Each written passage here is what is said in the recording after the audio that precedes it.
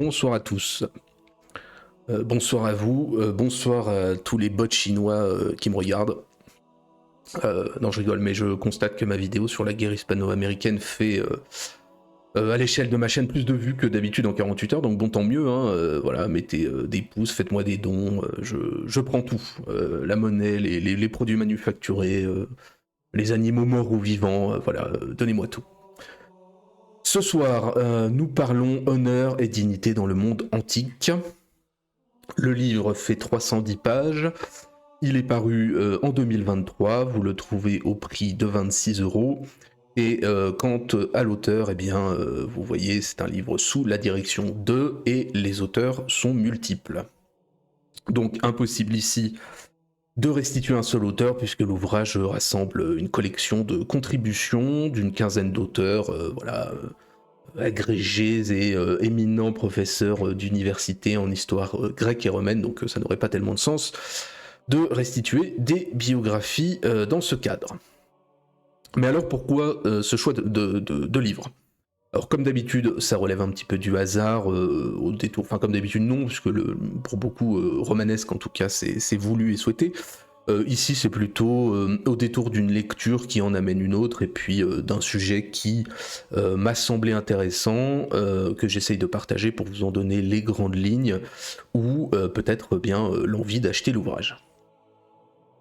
Alors de la même façon, je suis incapable de rendre le contexte d'écriture, je ne sais pas si c'est la transcription d'un colloque ou des articles rédigés à seule fin de publication, mais en tout cas cela s'inscrit dans une tentative de réponse, ou d'étude plutôt, d'un champ d'observation finalement assez récent.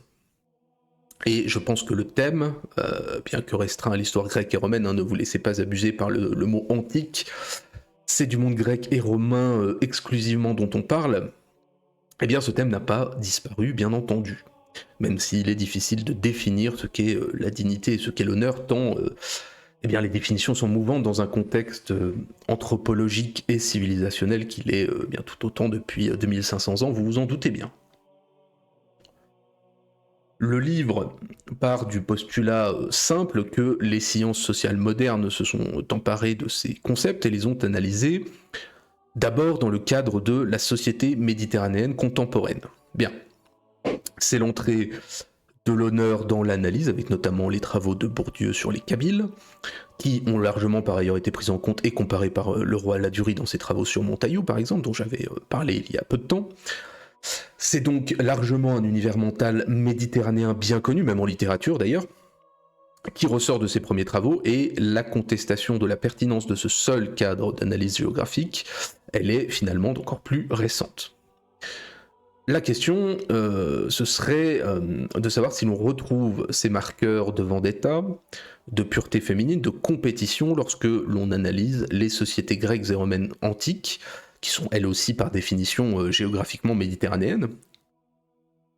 C'est en fait la question centrale du livre, en plus de balayer largement ces deux notions dans leurs différents aspects, sur le temps long et avec une dialectique entre l'honneur anthropologique, donc cette obsession de la pureté, de la vengeance, du sang, et l'honneur historique. Donc voilà l'objet, on va dire, resitué rapidement, et encore une fois, bien entendu, on ne saura être exhaustif.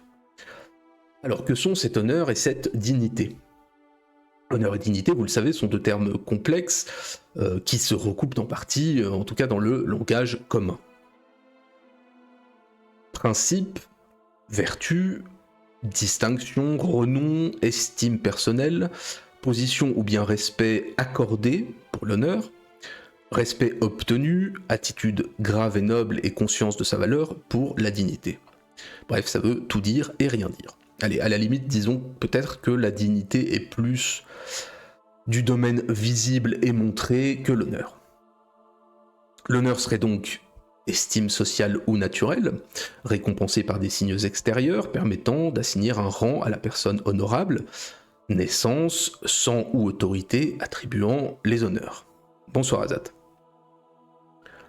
La dignité, elle, serait morale et juridique et plus récente dans son expression moderne. Elle connaîtra une explosion à partir de la Déclaration universelle des droits de l'homme, mais en perdant son rapport à la dignité individuelle pour devenir humaine et générale. Le droit à la dignité qu'on connaît donc, qui n'est plus ce que l'on obtient par l'acte, mais par l'être. L'honneur resterait plutôt, lui, un patrimoine hérité et collectif à défendre, face à l'altérité, mais aussi toujours un sentiment intime dont on attend en retour le respect dû. Les auteurs, en l'occurrence pour l'honneur, parlent de phénomènes primitifs sans lui accoler quoi que ce soit de péjoratif. Et donc bien entendu, Azat, à partir du moment où tu es là, tu gagnes bien entendu toute dignité et un ensemble d'honneur, puisque tu fais partie de ces spectateurs d'élite. Bah de rien, écoute, tant mieux si la guerre hispano-américaine t'a plu. J'ai remarqué que beaucoup de gens l'avaient regardé, hein, donc comme j'ai dit au tout début, n'hésitez pas, faites des dons.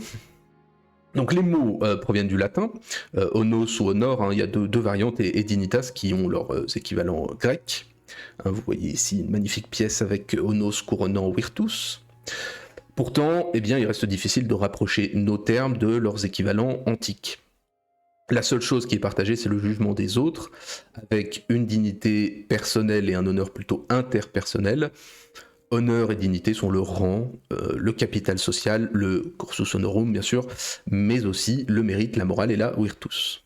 Toute cette complexité-là, des définitions, explique des monographies tardives, manquant le plus souvent, et ça je cite nos auteurs, de sexe et de sang au sens de la représentation bien entendu. Commençons la première partie par l'honneur et la compétition, et donc l'individu et la communauté. Parce que la communauté, c'est la compétition pour l'honneur et les honneurs. Quelle place d'abord pour l'honneur individuel archaïque du héros homérique, notamment dans la police grecque. La police, bien entendu, on ne parle pas des forces de l'ordre, on parle de la cité grecque. C'est la communauté qui définit ces conditions, ce qui n'empêche pas le privilège de la naissance. À Rome, le code aristocratique modèle, lui, un corps social qui va s'y conformer, mais avec des tiraillements entre valeurs personnelles de l'homme nouveau et honneur hérité du patricien. Donc l'honneur, il est le fondement de l'action épique, même si seule la mort procure l'honneur ultime, la gloire. Et ici bien entendu Achille et Hector, hein, puisque c'est l'honneur du héros solitaire Satimée. Au contraire de la période archaïque, donc, en contexte polyade, la timéoplitique est collective.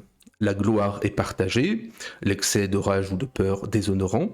Peut-être est-ce que c'est une évolution historique, peut-être est-ce que c'est simplement la vision du poète archaïque confronté à la réalité du combat, une distorsion littéraire de ce qu'était la réalité déjà avant, mais peu importe. Et donc comment s'effectue ce glissement ? L'honneur façonne l'homme grec. Il est don et contre-don entre l'individu et la communauté, soit. Double dimension donc, mais dans un rapport qui intègre à la fois le matériel, le divin et le temporel. La glorieuse mort individuelle, l'équation que l'on connaît d'Achille, hein, entre la vie longue et la vie courte mais glorieuse qui lui est promise, cède devant le civisme et la gloire qui est la participation à la vie collective et à l'intérêt commun, même dans une cité comme Sparte où la distinction individuelle est au service de la dite cité. La gloire sans fin d'un nom devient en fait celle de la perpétuation de la communauté. La participation commune, on le sait, très souvent c'est le principe même de la police, c'est l'utilité de l'homme, la raison de son existence, et donc l'honneur devient associatif. Le héros comme le roi n'a plus cours, la belle mort compte finalement moins que la cause pour laquelle on a donné sa vie. En fait, ça correspond tout à fait au développement de la cité, auquel doit s'attacher de nouvelles valeurs. La guerre héroïque et la mort ne peuvent plus être le viatique vers la gloire pour une cité qui a toujours besoin de ses hommes. Je vous mets ici Athènes par Golvin, voilà, ça vous rappellera une ancienne restitution littéraire. Donc comment accorder les concepts et le réel ?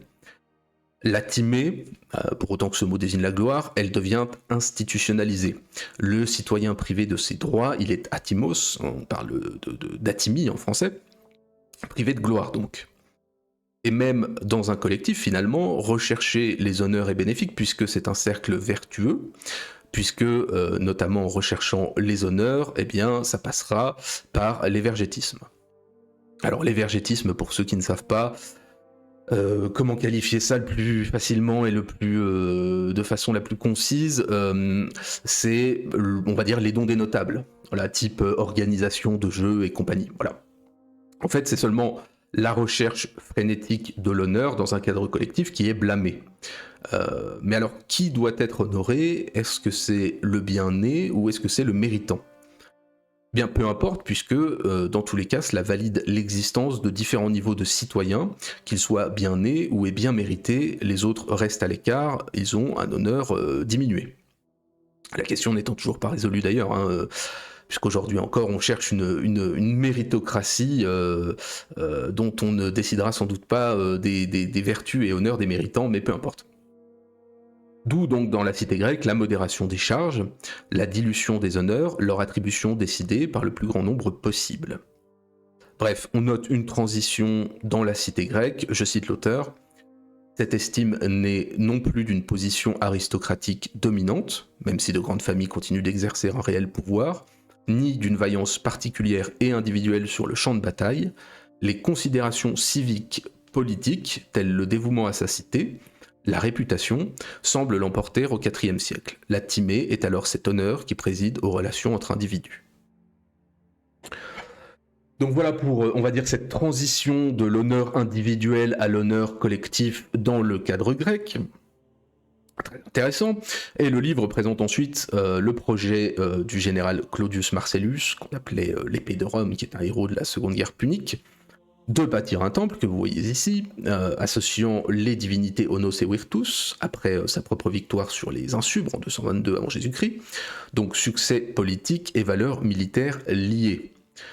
Cette démarche dissocie en fait la valeur de la naissance avec un honneur transmissible et une virtus qui est ambivalente, puisque c'est la valeur qui a constitué l'aristocratie guerrière, tout en laissant parfois une place aux hommes nouveaux, les deux ensemble, et c'est là que c'est innovant, étant censé, on va dire, lier les deux mondes de la plèbe et de l'aristocratie. Encore une fois, c'est assez technique, c'est toujours... Certains articles sont assez pointus dans les propos, on peut pas tout restituer dans la globalité, mais voilà, c'est pas inintéressant sur ces phases de transition, même si, à la lecture comme moi, on oubliera très vite les détails. Voilà, on va dire l'honneur collectif, passons à l'honneur familial, puisque après le politique et le public vient l'intime et le privé. Je cite l'auteur. L'honneur familial se caractérise par deux caractères principaux, son obéissance à des règles mécaniques infrangibles et son hostilité à toute intervention d'un pouvoir tiers pour régler le différend. Dans le cas présent, on parle du modèle méditerranéen classique et contemporain. Mais Rome et la Grèce de l'Antiquité respectent-elles ce modèle alors qu'elles évoluent à un tout autre niveau politique où l'on doit aussi composer avec sa dignitas masculine ou féminine, peu importe. D'abord, parlons de l'honneur et de la vengeance familiale dans la République romaine. Faut-il se réjouir de l'absence de la vengeance ou déplorer la passivité du citoyen ? Pas plus à Rome qu'ici, on a de réponses univoques, même si l'historiographie a insisté de façon erronée, selon l'auteur en tout cas, sur sa place prépondérante à cet honneur familial, et notamment sur son caractère contraignant. Il est difficile d'établir cette obligation de vengeance comme une norme, à part dans certains contextes sous l'Empire. Il s'agit en fait plutôt d'une contrainte morale, désirable dans certains cas restreints, découlant aussi de la pietas familiale, mais tout est subordonné à l'intérêt supérieur de la res publica, au-dessus de tout, et on verra ce que la vengeance sans frein entraînera, notamment pendant les guerres civiles. Salut mon Skyros, un bien beau monument, tout à fait. Tiens, en voilà un autre, c'est une ruine. Vous avez ici le temple de Marsultor, associé à Ultio, la déesse de la vengeance, puisque nos amis grecs et romains avaient tendance à tout diviniser, et que si on avait gardé leur religion à la con, à cette heure-ci, on aurait sans doute un dieu pour eh bien, la Marlboro que je m'apprête à m'allumer de suite. Bref, la vengeance est légitime, naturelle, mais elle n'est pas sans condition. Elle n'est pas non plus une contrainte sans choix, elle obéit à une hiérarchie des intérêts sociaux. Le civisme prévaut sur l'honneur privé. Plutôt qu'un devoir, eh bien, cette vengeance, elle est un choix stratégique d'intérêt avec un ensemble de motifs permettant de l'abandonner sans réprobation sociale.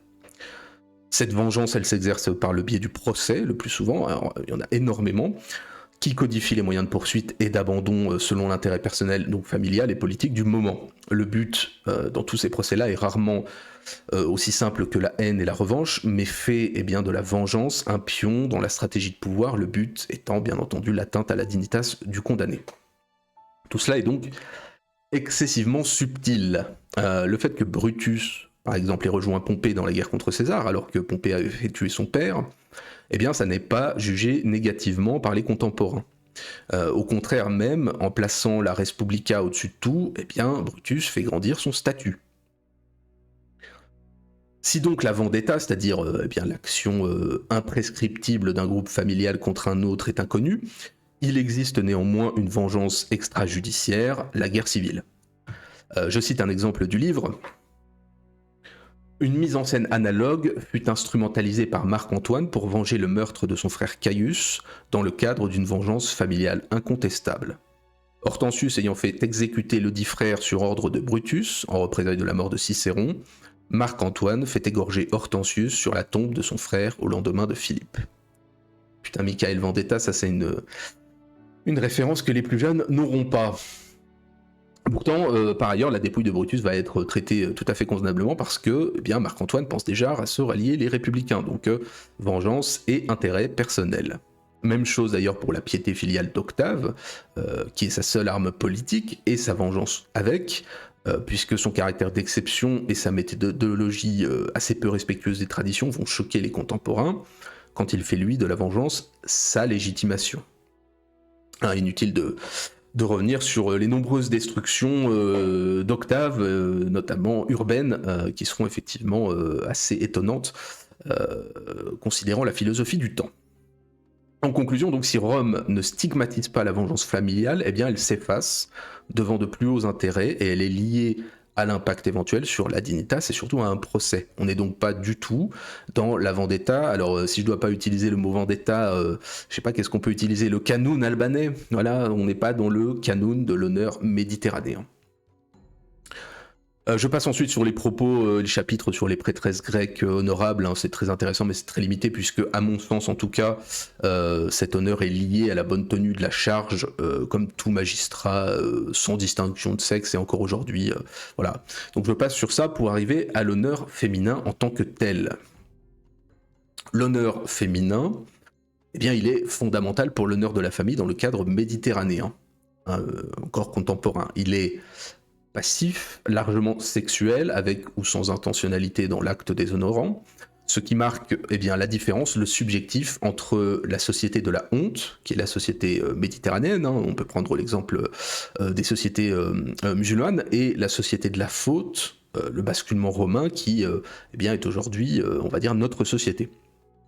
La vengeance de l'honneur souillé devient, ou devrait être plutôt dans ce cadre-là, une contrainte sociale. Or, est-ce que c'est applicable à la société romaine ?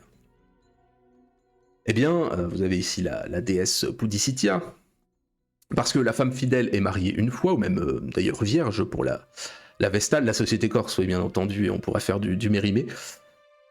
Cette société et cette femme-là respectent une Pudicitia divinisée dans la société romaine. La Pudicitia va avec la pudor, qui est un sentiment abstrait de honte qui fait agir vertueusement, mais pour autant, ces deux termes, ils sont aussi masculins, et toutes les femmes n'y sont pas astreintes. Le viol en général est assez absent des textes, il est une souillure profonde, c'est indéniable, une souillure physique objective, peu importe la volonté individuelle, mais... suivent des exemples que je ne vais pas développer, mais on sent des conceptions fort contradictoires qui témoignent d'une transition à Rome, d'un modèle archaïque à un modèle beaucoup plus subjectif, intégrant notamment le consentement, et donc la transition de la honte à la faute.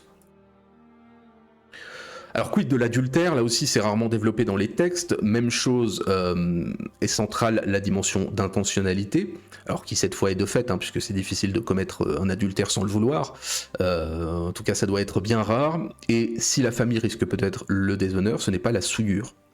De ce point de vue, rien de conforme à l'honneur méditerranéen. En sus, l'honneur féminin n'est pas non plus n'est pas non plus entièrement passif parce que, eh bien, on a différents statuts de la femme romaine qui n'obéissent pas toujours aux prérequis de l'honneur féminin, puisque la femme romaine, bien, n'est pas toujours une jeune fille ou une femme mariée une seule fois. Il y a bien entendu de multiples cas possibles. La réponse n'est donc pas toujours le sang. Aucun principe de vengeance collective ne se retrouve dans la loi. Alors, loi qui autorise par contre le meurtre dans certains cas de flagrance d'adultère, mais le recours au tribunal est favorisé et le suicide de la femme souillée est bien plus un exemplum qu'une fatalité. L'adultère en fait est une atteinte à l'autorité de l'homme, donc plus à sa réputation qu'à l'honneur proprement dit. En fait, le père ou le mari, peu importe, est attaqué dans son pouvoir et non pas dans sa personne.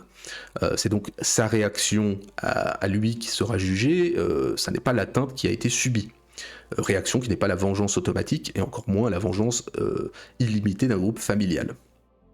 En conclusion, donc, sur cette partie-là, eh bien, il existe un honneur féminin, la pudicitia, qui n'obéit pas aux règles anthropologiques de l'honneur méditerranéen et qui en plus n'est même pas, on va dire, un honneur strictement féminin. À titre d'exemple, Pompée et César ont été trompés, ils ne vont pas plus loin que le divorce, et la dignité et l'honneur, eh bien, ça peut aussi découler de la discrétion et de la modération. Voilà donc pour la partie sur l'honneur familial. On en vient maintenant à l'honneur militaire.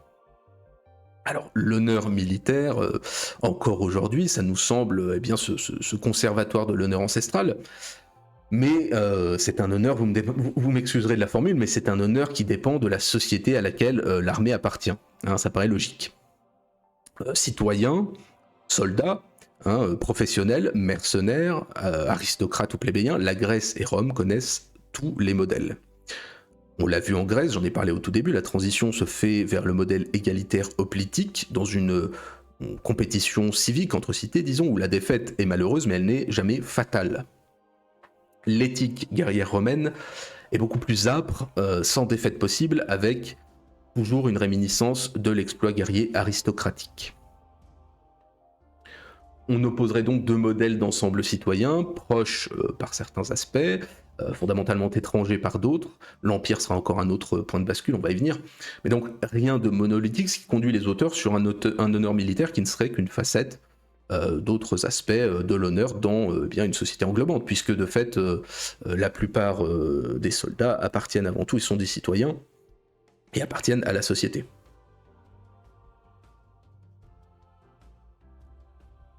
Une vision plus apocalyptique et plus tolérant à la mort de masse chez les Romains que chez les Grecs.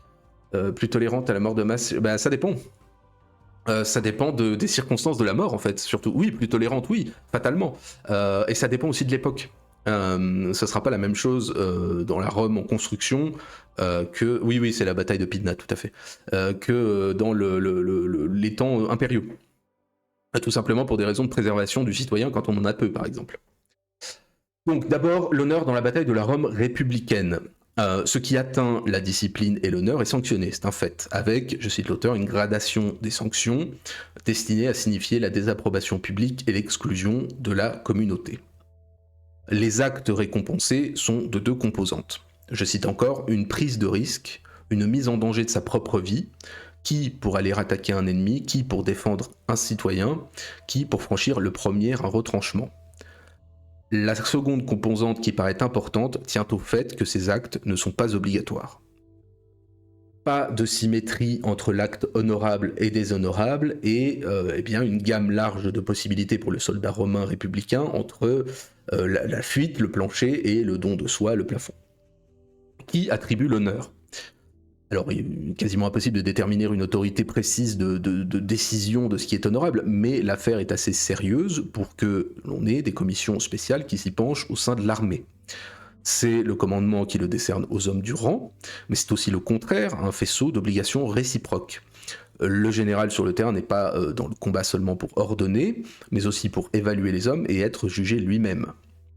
On cite Jules César, connaisseur du sentiment du soldat, je cite... Tout combat de nuit doit être évité, mais le grand jour fait naître un vif sentiment d'amour-propre, parce qu'il le livre à tous les regards, et ce sentiment est rendu encore plus vif par la présence des tribuns et des centurions. Il n'y a donc pas de bravoure cachée à Rome, elle est ostentatoire pour être appréciée. C'est donc une reconnaissance sociale, mais jusqu'où va sa force ? Eh bien, elle est réelle. On préfère mourir, c'est un fait, que de perdre la réputation durement acquise lorsque l'on est un homme du rang, et l'on devrait se tuer lorsque l'on est un aristocrate qui a dilapidé par son comportement le capital hérité. Alors, ça ne veut pas dire que ça arrive tout le temps, bien entendu. Deux faces donc d'une irréprochabilité attendue et d'une importante pression pour ceux qui ont à perdre de l'honneur guerrier. La conclusion pour l'auteur est en fait un système romain qui ajoute à la solidarité traditionnelle et à la solidité du rang grec une ardeur du petit nombre prête à tout risquer, incité par l'honneur à y gagner. Mais un honneur qui ne paraît pas, dans sa logique, s'éloigner de l'honneur civique, d'où l'attachement à ce qu'il soit reconnu. Et il l'est. L'exploit du simple soldat est récompensé, il va monter en grade par exemple, et il devient de fait titulaire d'un capital à assurer et augmenter, d'où la prépondérance, dans les textes en tout cas, des centurions dans les exploits militaires.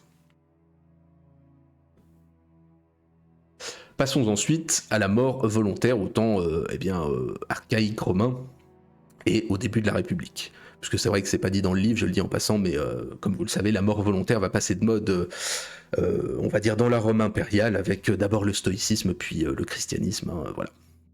Donc on revient sur le système romain où la mort vaut mieux qu'une survie indigne. Alors, il est difficile de lier directement honneur et suicide, puisque le mot est inexistant dans le répertoire grec et latin. Suicide, ça doit venir, si je me souviens bien, de se tuer en latin, c'est coedere normalement, si je dis pas de bêtises. Mais en tout cas, c'est un mot forgé au fil du temps, et les auteurs, de toute façon, insistent plus sur la vertu d'édification et pas l'analyse psychologique du suicide.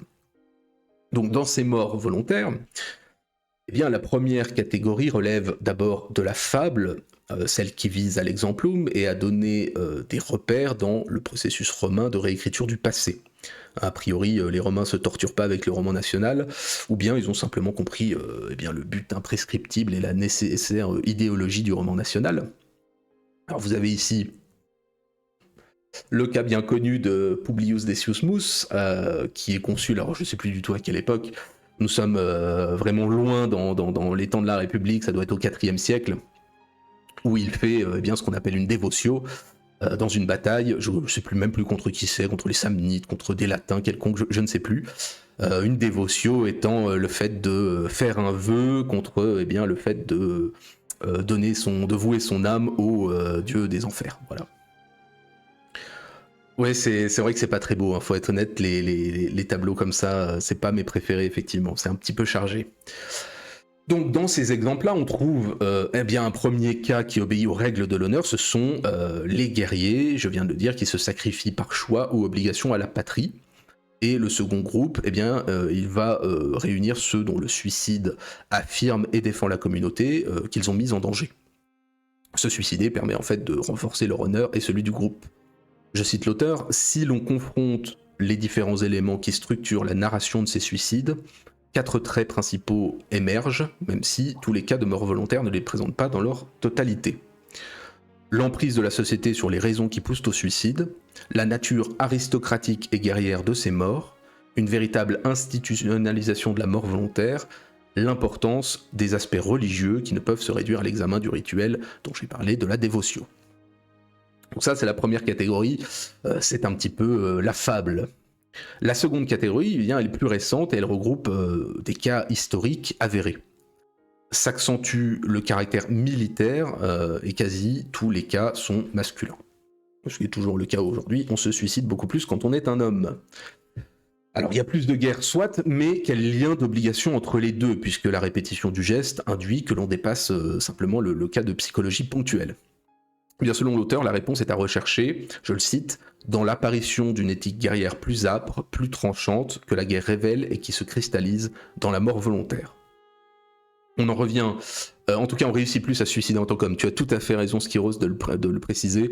Ce n'est pas vraiment les tentatives de suicide, ce sont les réussites, effectivement, qui sont beaucoup plus masculines. Tu as tout à fait raison. Donc on en revient à ce qu'on a déjà dit, on dépasse la compétition entre cités du monde grec et archaïque romain, pour arriver à un moment de la guerre où la défaite devient un impensable. La conduite on va dire, respectueuses de la virtus et de l'onos deviennent des contraintes absolues. D'ailleurs encore plus contraignantes pour les généraux, en fait, c'est quelque part vaincre ou mourir, c'est la leçon des prisonniers de la bataille de Cannes. Et se suicider, ou en tout cas rechercher la mort certaine si l'on ne peut vaincre et le faire de façon visible. Je cite à nouveau, la mort volontaire a authentifié les valeurs qu'avait portées le vivant. L'impératif est donc de bien mourir pour la patrie. À l'époque républicaine, choisir sa mort est encore un privilège, ça ne sera qu'après que ça deviendra fait du prince, et elle sauvegarde l'honneur et ne témoigne pas d'une faute.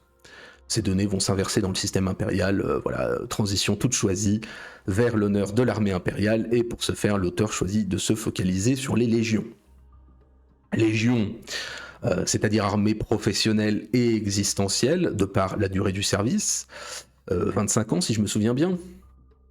Service de citoyens soldats, séparés de la société, contraintes bien dans de nombreux aspects, une organisation totale on pourrait dire. Donc service long, salaire régulier, carrière assez standardisée, promotion, esprit de corps et donc conscience de sa valeur. Et alors le code d'honneur est établi par un degré d'homogénéité qui était jusqu'alors inconnu, et la vie de camp, quelque part c'est un petit peu le temps d'attente vers l'extrême. Cette fierté du sacrifice, en tout cas pour l'auteur, a été largement sous-estimée dans l'historiographie. Et si le pouvoir normatif, la décoration, la célébration, donc toute cette vertu de l'honneur est importante, cette relation avec l'honneur du légionnaire, elle est aussi dangereuse. Puisque, je cite, « toute incertitude quant au fait d'être honoré ou non par le reste de la société et surtout par l'empereur lui-même était susceptible de faire éclater des situations périlleuses. » Vous avez ici l'image du formidable empereur Galba et de sa grande beauté physique. Parce qu'en fait, l'auteur choisit cet exemple, Galba est assassiné en 68, il est assassiné après son refus de verser ce que l'on appelle un donativum. Alors, le donativum était certes mal vu des auteurs du temps, qui parlent d'un acte d'achat de l'armée, pourtant assez peu important dans ses montants par rapport à ce que l'on fait à l'époque au cadeau à la plèbe ou au sénateur. Or, pour se démarquer, il fallait un cadeau correspondant à son statut politique dans une société romaine qui privilégie d'abord ce type d'échange-là aux relations de pur affect. Le donativum était donc, je cite, le symbole politique d'une proximité avec l'empereur et d'une relation personnalisée avec lui. Mais en plus, il était le signe ostensible que les soldats réclamaient à juste titre un honneur dû à leur statut, un honneur attaché à l'armée parce qu'elle occupait une position importante dans le système politique. Et donc dès lors les en priver, ou pour les auteurs du temps leur dénier cet abus, peu importe, mais c'était dire que l'armée n'était pas digne des cadeaux impériaux. Alors que, malgré un discours de l'aristocratie, comme j'ai dit, sur le fait que c'est un acte d'achat d'une milice, peu importe, mais ce montant du donativum légionnaire, 75 deniers à l'époque, donc 4 mois de solde, ça représente encore, en ce temps-là, un montant symbolique. Bon, ça évoluera au troisième vers une logique d'achat, surtout chez les prétoriens d'ailleurs, mais de ce fait, en refusant ça, Galba attente non pas à la situation matérielle des légionnaires, ça ne représente pas grand-chose, mais il attente à leur statut, et donc poussant autant les légionnaires de Germanie que les prétoriens de Rome à proclamer un candidat, ce qui nous amènera à l'année des quatre empereurs, et on termine en disant qu'il existe à cette époque-là un code d'honneur spécifiquement prétorien, différent du légionnaire, parce que que ce soit pour Othon ou Vitellius, les usurpateurs du temps, les prétoriens vont montrer une logique collective de combat suicide, même sans défendre la personne de l'empereur. Donc l'honneur du Haut Empire il devient paroxystique et il est presque autoréférentiel. Donc on a, on va dire, balayé les différents aspects de l'honneur, parlons maintenant du déshonneur, puisqu'il y a forcément une contrepartie. Alors, il faut maintenant s'intéresser à la punition et la prévention de ce déshonneur qui rejaillit sur la dignité du groupe, parce que, j'ai cité les deux, punition et prévention ne sont ni séparés ni dissociables. Je cite, châtier C'était en même temps prévenir, empêcher la contamination par le coupable de la totalité du corps civique. Mais eh bien, il y a une différence fondamentale avec le déshonneur anthropologique méditerranéen. Je cite à nouveau, « Toute stratégie du déshonneur, entreprise par la cité, visait à faire prendre conscience les fautifs de leurs erreurs, notamment par l'exposition au jugement des concitoyens. » Mais donc, comment répondre à l'atteinte à l'honneur ? Alors, c'est ce qui est envisagé dans quelques articles. Comment s'envisage cette perte des honneurs ? Quid des honneurs retirés par la cité ? Alors, un des auteurs va s'intéresser au cas de Rhodes, cité qui puise dans sa statuaire, notamment celle de ses anciens notables, pour leur attribuer le nom de nouveaux dominants, en l'occurrence les Romains. Alors, dans les faits, il est courant dans le monde grec de réattribuer la statuaire quand elle a vieilli ou qu'elle est dédiée à des étrangers, stratégie pour préserver bien sûr la place de ces élites dans le nouveau monde, en l'occurrence ce monde qui est devenu romain. Cette politique de transformation des honneurs accordés aux anciens vers de nouveaux maîtres se place aussi dans un contexte particulier. La cité forcément craint pour sa relative indépendance. Je cite l'auteur, « Ce procédé expéditif aboutissait à des résultats grotesques, comme attribuer la statue d'un jeune homme à un grabataire. Si Rhodes déroge à ces principes, c'est pour des raisons circonstancielles et non de fond. » Pour autant, alors ce que l'on voit ici, ce qui est important à retenir, c'est que la dimension principale de l'honneur n'est pas d'être personnel. L'entorse faite aux règles prouve en fait que la prérogative de l'honneur est d'être public. C'est une prérogative de la cité qui en dispose, dans une certaine mesure bien sûr, à sa guise. Alors allons maintenant vers le corps et le vêtement. Ce sont deux éléments, ce corps et ce vêtement, qui définissent la place et la hiérarchie des hommes et des femmes, qui sont aussi des médiums du passage de l'honneur à la honte. Si l'adultère, comme je l'ai dit, peut, dans des cas restreints, valoir la mort, on humilie surtout le coupable. On va assimiler notamment l'hypersexualité et le caractère féminin, donc on peut revêtir le coupable d'attributs vestimentaires féminins, on peut le frapper d'athymie. Les femmes adultères vont être bannies des espaces sacrés, on va les éloigner des autres femmes qu'elles pourraient corrompre. Elles sont écartées de la vie publique et niées dans ce qui faisait leur reconnaissance sociale. La violence, comme j'ai dit, elle est permise dans certains cas, mais elle est toujours seconde après le déshonneur social et l'exposition publique. Donc régulation de la société et rappel de la norme par la honte avant tout. Des rouelles et des piloris, oui, mais enfin c'est effectivement, on va dire que la rouelle a un caractère un petit peu différent du pilori, mais effectivement il faut séparer et châtier. Remettant aussi en cause le fonctionnement de la cité, les lâches, on le sait, subissent un traitement comparable de féminisation. Le châtiment d'humiliation, il vise à l'édification, mais à éviter la mort directe, parce que le citoyen peut encore se racheter et éviter une éternelle athymie qui peut parfois être étendue à la famille. Et de toute façon, s'ils ne le font pas, une vie pénible et honteuse va les conduire normalement à la mort choisie. Néanmoins, ce système fonctionne pour la cohésion dans une situation normale où la peur de l'humiliation sociale la favorise, et il va perdurer, puisque dans un autre des articles que je ne développe pas, on a un des auteurs qui va évoquer un exemple,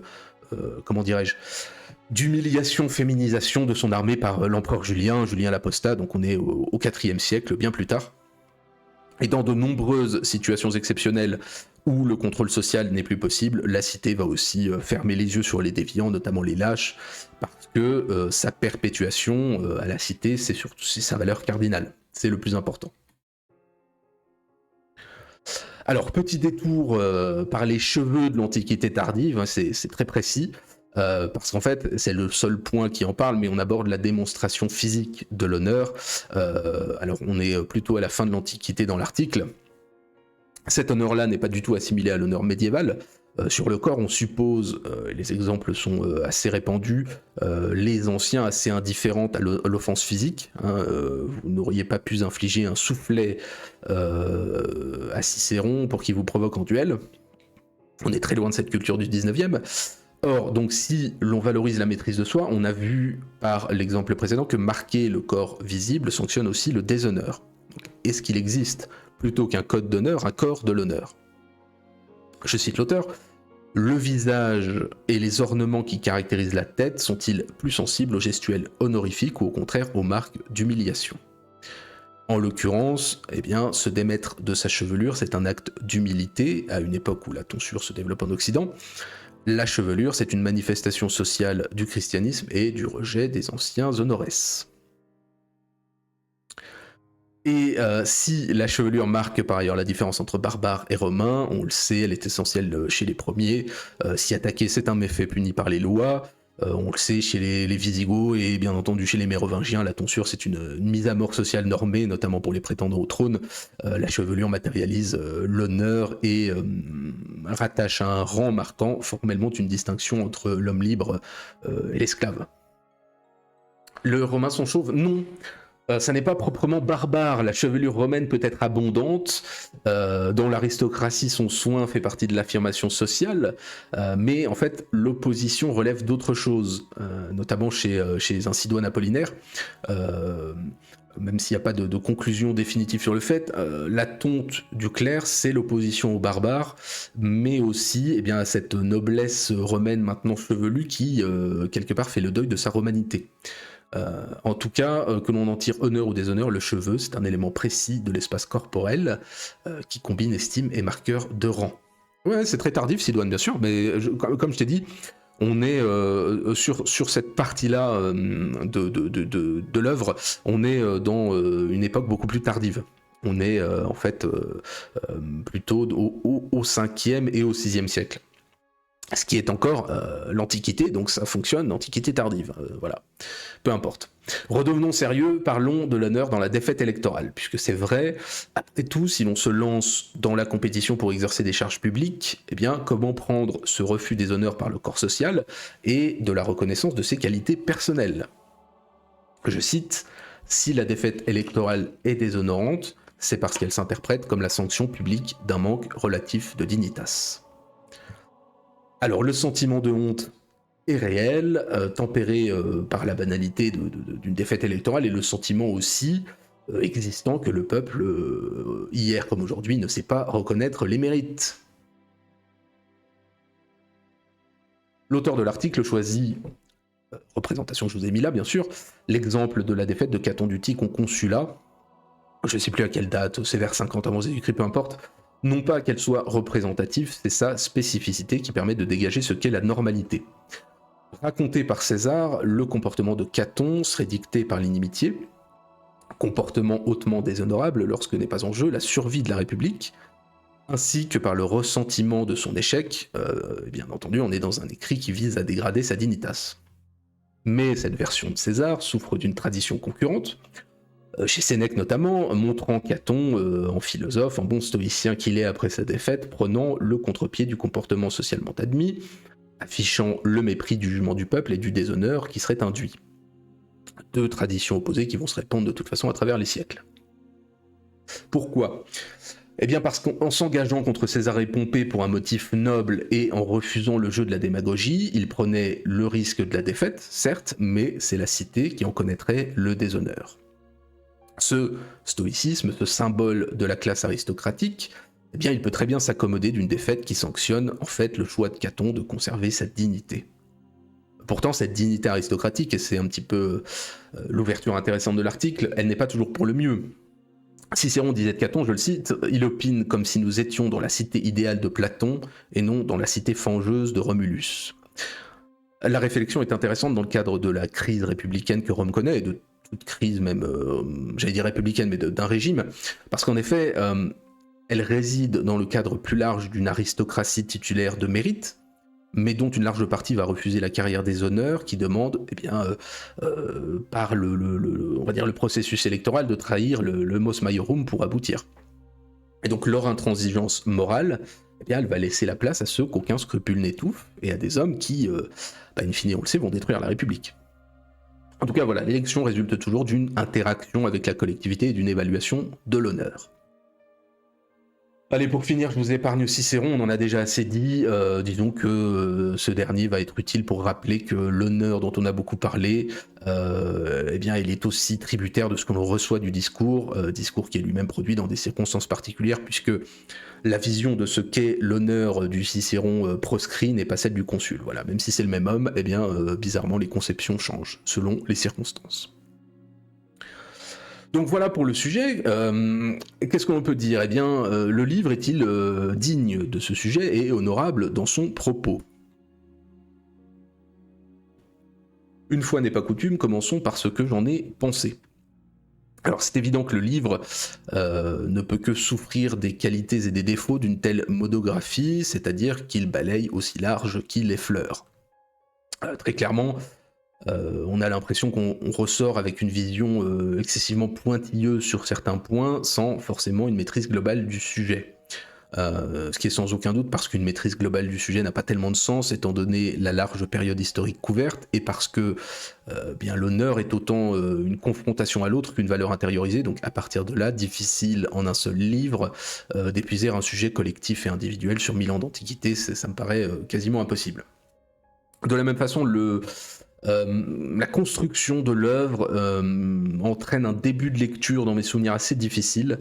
Oui, mais oui, je sais, on a envie de savoir tout sur tout ici, mais c'est le but de la chaîne. À la fin, au bout de 20 ans, on saura tout. Non, mais voilà, la construction dans mes souvenirs est assez mal foutue. On sait pas trop où on va au début. Et en fait, la direction va se dessiner qu'au fil de la lecture. Au début, on voit pas trop l'intérêt de tout ça, puis on comprend petit à petit les implications profondes jusque nous, les sens cachés, révéler de l'honneur. Enfin voilà, après, tout dépend aussi du lecteur. Ça a été mon impression. Ça ne sera pas forcément la vôtre si vous le procurez. Mais voilà, de ce point de vue, je ne peux pas parler de livre fondamental, on ne va pas y aller trop fort, mais c'est un livre dont le sujet est plus utile et plus large, plus pertinent que ne le dit le titre. Donc voilà, passons un peu à l'intérêt de la chose pour nous. On saura tout sauf sur les dinosaures parce que ça n'a aucun intérêt, oui, effectivement.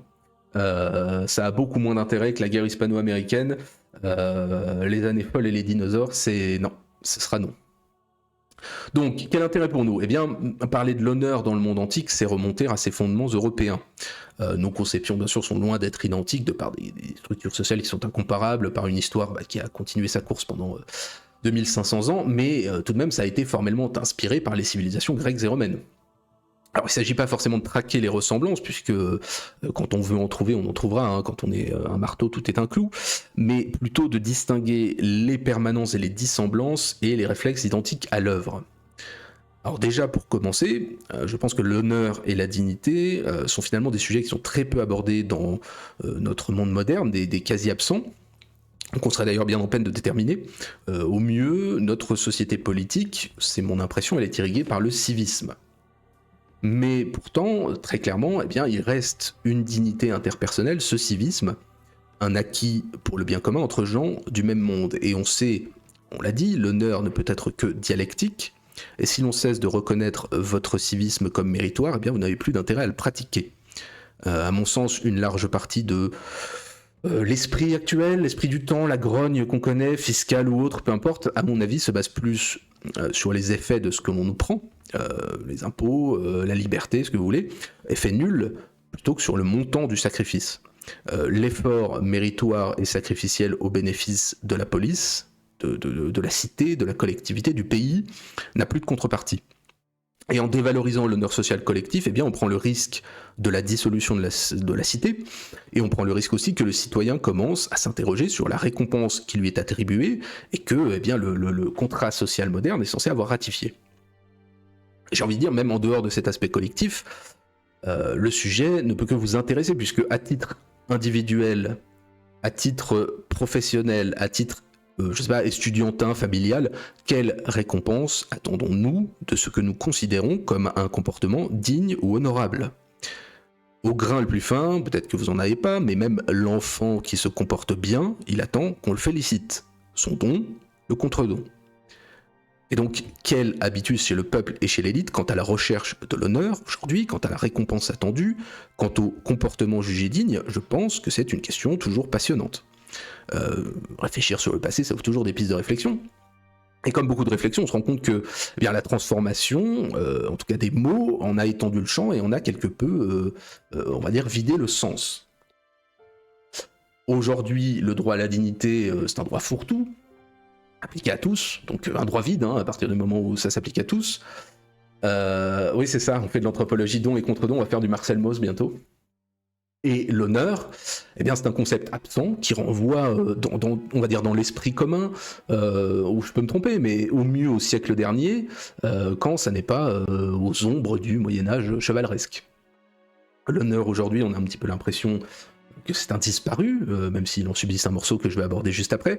Et donc, qui dit plus d'honneur, dit plus de déshonneur, et donc plus de sanctions. Ça vaut en politique, parce que c'est ce qu'on voit, mais c'est le cas partout.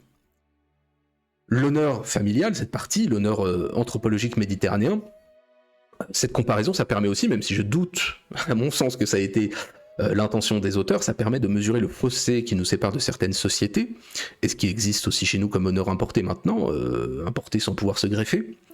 Le propos principal, c'est de séparer cet élément romain et grec de l'étude faite de l'honneur méditerranéen, notamment par Bourdieu sur la Kabylie, j'avais dit. Et effectivement, les traits romains, quoiqu'encore très éloigné des nôtres, qui ferait sans doute faire un AVC à n'importe quel streamer dit de gauche, mais bon, ces concepts très éloignés des nôtres, eh bien, ils sont déjà à milieu de ce qu'est encore aujourd'hui l'Orient dans sa composante de l'honneur familial. Hein, si j'étais mauvaise langue, je dirais que c'est 2000 ans qui nous séparent des gens qui vivent avec nous, mais c'est assez instructif. Ah oui, dignité humaine, ça ne veut rien dire, oui, on est d'accord. L'honneur militaire est sans doute la partie qui aura d'instinct le plus de résonance, peut-être pas sur la société actuelle, mais sur vous, lecteurs, si jamais vous l'achetez. Donc, parce que c'est toujours une question qui se pose, quelle valeur intériorisée pousse le soldat à accepter, voire à chercher la mort? Pourquoi certains cherchent l'exploit? Quelle récompense obtenir? Comment se fonde la méritocratie militaire qui balance entre ce statut de l'élite et la méritocratie du soldat? Et pourquoi j'ai mis cette image? Parce que eh bien, la première chose à laquelle j'ai pensé à la lecture de cette partie, au-delà de la mort volontaire, qui est peut-être plus anonyme à notre époque, eh bien, c'est au trouble post-18, avec cette aristocratie des tranchées, ces officiers nés en Allemagne, en Russie ou en Italie, parce que bien les officiers de métier avaient été balayés en quelques mois, et que la société politique en Allemagne comme en Italie a tenté de mettre au placard, soit volontairement, alors le cas russe est un petit peu différent, mais soit volontairement, soit involontairement par des armées dont la taille ne pouvait plus avaler bien ce tel nombre d'officiers. Ben voilà, c'est idiot, mais c'est le premier truc qui m'est venu en tête du danger plus large à ne pas savoir trouver une place aux gens qui avaient mérité de la nation. Dans le cas contemporain, on peut se demander quel sera le sort de l'Ukraine et de la Russie, hein, dans ce cadre-là, ça amène toujours des questions. Alors, bien sûr, l'honneur, c'est pas l'alpha et l'oméga de l'analyse, mais c'est pas un mauvais critère anthropologique non plus. Il y a des commentaires beaucoup trop longs. Je dis cela parce que je suis un sous-homme sans honneur. Exactement. Ce fossé des siècles, oh bordel, Skiros, et de la différence se retrouve parfaitement dans les discours révolutionnaires, c'est vrai. Tout à fait. Enfin, donc sur le déshonneur, on me permettra, c'est ma plus-value personnelle, de reprendre ma vieille antienne, sans doute complètement erronée, mais voilà, je chéris ce que je pense avoir déterminé moi-même comme étant le vrai, hein, c'est normal. J'en avais parlé dans les cadets, sans doute d'ailleurs à d'autres occasions, mais peu importe, mais cette permanence, c'est le système de l'exclusion, sans avoir à recourir à la violence, en tout cas à la violence extrême, de l'exclusion, de l'humiliation et compagnie, qui a suffi pendant 2500 ans à maintenir une exemplarité moyenne dans la majorité du corps social. Alors ça ne veut pas dire pas de guerre, pas de misère et pas de mort, hein, bien entendu, mais on l'a vu, l'honneur et son maintien, sa conscience, suffisaient à donner l'envie d'une conduite correcte, si ce n'est exemplaire, à s'y conformer, procurant un rang social et un prestige minimal à tout individu et dans toutes les classes. Ce qui ne veut pas dire bonheur et absence de domination non plus, hein, bien sûr. Mais ça veut dire plutôt sens de l'existence, stabilité des relations, cadre civique, place reconnue comme méritoire ou honteuse, et jusqu'il y a peu, ça existait encore. Je sais pas ce qu'on pourrait invoquer comme exemple, mais on pourrait dire, je sais pas, l'exemple du service militaire, sans parler de la guerre, c'était quand même d'assez mauvais ton pour son prestige de ne pas l'avoir fait il y a quelques décennies et d'avoir été réformé P4 ou autre. Ou le fait d'avoir un boulot valorisé, peu importe le sens qu'il donnait à l'existence, ou d'être un vagabond, le contraire, voilà, il y avait un côté effectivement valorisant. Aujourd'hui, on peut s'interroger largement sur la façon dont sont traités les gens qui ont rompu la norme, et ceux, en contrepartie, qui s'échinent à la respecter. Sans nul doute, je sais pas, la prison aujourd'hui c'est encore pas un endroit rigolo, même si on nous dira qu'ils jouent à la PlayStation 5, c'est toujours pas rigolo, c'est toujours pas un endroit plaisant. Sans doute que Beccaria avait raison comment dirais-je, de mettre l'emphase sur la visée de réhabilitation, mais si on réhabilite et compagnie, comment sont humiliés socialement les gens qui ont brisé une partie de la bonne tenue de la cité? Et deuxième question, dans une société aussi divisée que la nôtre sur les sujets sociétaux, comment va-t-on réussir à définir ce qui est honorable et ce qui ne l'est pas ? Parce que si plus rien ne l'est, quels efforts on va fournir pour que se maintienne un niveau raisonnable d'humanité collective, quoi. Donc voilà qui nous amène à une conclusion. Bon, un livre, comme vous avez vu, des concepts intéressants, ça nous permet effectivement de nous interroger sur le politique, sur le sociétal, sur le militaire, sur la marge déshonorable du jour, en plus de connaître un petit peu mieux le monde d'avant. C'est des questions qu'on se pose rarement. C'est assez simple de relier à ce que l'on connaît aujourd'hui, les réflexes sociaux sont à peu près les mêmes, c'est très difficile aussi de s'y reconnaître, hein, les sociétés sont très différentes, et c'est encore plus dur de savoir où est-ce que tout ça nous emmène. Très clairement, à chaque partie, malheureusement, on est obligé de conclure à une transformation qui n'est pas loin de la dégradation. Qui est honorable et digne aujourd'hui ? Alors bon, c'est pas mon rôle de le dire, hein, mais simplement, si l'on regarde autour de nous, dans ce qui sert d'exemple, politique, économique, littéraire, humain, peu importe, l'État, les hommes et les femmes et leurs affinités, enfin voilà, est-ce qu'on a vraiment l'impression d'une dilatation de l'honneur ou d'une rétractation ? Est-ce qu'on est encore capable de définir un honneur commun, les buts poursuivis, les tâches confiées, la récompense offerte surtout ? La question de qui doit être honoré et comment, c'est toujours notre actualité, hein, que l'on pense la société dans son ensemble ou dans des aspects séparés. On peut penser aux sportifs, la Légion d'honneur, aux politiques, ce que vous voulez, peu importe. Mais même au-delà de ça, c'est une question qui irrigue l'espace historique, que l'on retrouve du début à la fin, que l'on parle d'affaires d'honneur, de déclaration sur l'honneur, peu importe, les mots sont là.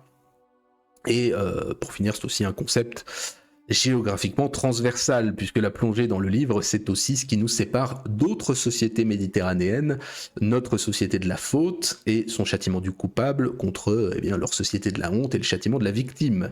Parce qu'une femme violée chez nous, je vous le rappelle, c'est une victime, hein, il y a un coupable à châtier, voilà, c'est l'honneur du coupable qui est censé être atteint, pas celui de la victime. Voilà, mais après, j'ai envie de vous dire, toute société évolue parallèlement, hein, on ne juge pas. Comme toujours, voilà, le plus dur c'est de relier, réutiliser ce que l'on apprend et ce que l'on vit, mais c'est toujours très intéressant. Et puis après toute lecture, c'est le plus dur qui reste, c'est-à-dire articuler la notion et les notions apprises avec nos connaissances pour en tirer quelque chose qui soit utile à notre présent et notre futur. C'est pour ça que dans la conclusion, je me suis permis de faire quelques ouvertures, parce qu'il faut quand même essayer de déterminer en quoi ces concepts-là sont analysés dans des sociétés très anciennes et ont encore bien des questions à poser sur nos sociétés actuelles. Voilà, je pense que c'est toujours ce que j'apprécie de faire. Je déclare sur l'honneur habiter dans ta cave. Moi, je déclare sur l'honneur que c'est faux. Je ne retiens absolument personne dans ma cave et j'invite les forces de l'ordre. Je les accueillerai avec de sucre, bien entendu, et je les invite à perforer mon garage pour voir si quelqu'un vit dans une cave que, en plus, je n'ai pas, puisque j'ai pas de cave malheureusement. Donc voilà, au pire, tu pourras vivre dans mon garage, Skiros, si tu veux. Donc pour finir, comme d'habitude, une phrase et une note. Je cite la phrase. Le don de soi était récompensé par le contre-don de la reconnaissance. Voilà, donc c'est comme sur YouTube. Hein, je fais don de moi-même, j'espère être récompensé par le contre-don de la reconnaissance collective. Donc mettez des pouces bleus, je sais pas si ça existe encore, j'ai même pas, je sais pas. Bon voilà, mais faites des trucs. Je fais don de ma personne à la France, exactement. Vous êtes tous une petite partie de la France, à part pour les Belges, Suisses et autres éventuels francophones qui nous écoutent. Et donc une note, eh bien écoutez, je crois qu'après 15 ans de vie commune avec ma compagne, puisque nous nous sommes rencontrés, nous n'étions certes plus adolescents mais pas encore adultes, eh bien je peux le dire sans crainte politique, mon honneur s'appelle fidélité sur 10. Voilà. Bien entendu, j'exclus de cela toute politique et toute référence aux heures les plus sombres. Je ne fais référence qu'à mon comportement digne et honorable dans le cadre de ma vie conjugale. Voilà. On est tout bon pour ce soir. On se retrouve par la suite, donc mercredi, Skiros, en plus t'es dans le chat, c'est formidable. On se retrouve mercredi pour parler de l'histoire de Gênes. Enfin, normalement, mercredi je suis là, c'est formidable. Donc en une ou deux parties, on verra en fonction. Moi j'ai réservé 2 créneaux au cas où. Le mois de mars est disponible, donc n'hésitez pas, hein, Azat, si tu as envie de venir parler de choses. Peut-être 3. Bah écoute, finalement, bah, très bien, moi ça me va très bien, 3, puisque j'ai encore des créneaux de libre en mars, donc c'est top, ça me va parfaitement. La guerre de 3 n'aura pas lieu. Donc voilà, on se retrouve mercredi pour ça. Vendredi, début de notre partie en ligne sur Hearts of Iron 4. On commence par la guerre 14-18. Donc avec mon grand talent pour le jeu, ça va être c'est formidable. Et dimanche prochain, je ne sais plus, je crois, ah si, nous parlerons littérature finlandaise. Voilà, on parlera littérature finlandaise du début du siècle. Voilà, très bien. Je vous remercie pour votre écoute. On se retrouve mercredi. On va faire de l'histoire de Gênes. Ça va être formidable. On va parler italien. Ça va être un préambule intéressant d'ailleurs à tout ce dont on parlera par la suite. Donc c'est bien parce qu'on va avoir de très forts accents italiens dans les mois qui viennent. Donc c'est plutôt cool. Ça s'inscrit parfaitement dans le cadre. D'ici là, bah, écoutez, merci à tous. On se retrouve mercredi. Bonne soirée, bon début de semaine. Et ma foi, bon courage dans cette société dépourvue d'honneur et de dignité. Allez, à bientôt. Ouais, bonne soirée Azad, bonne soirée à tous.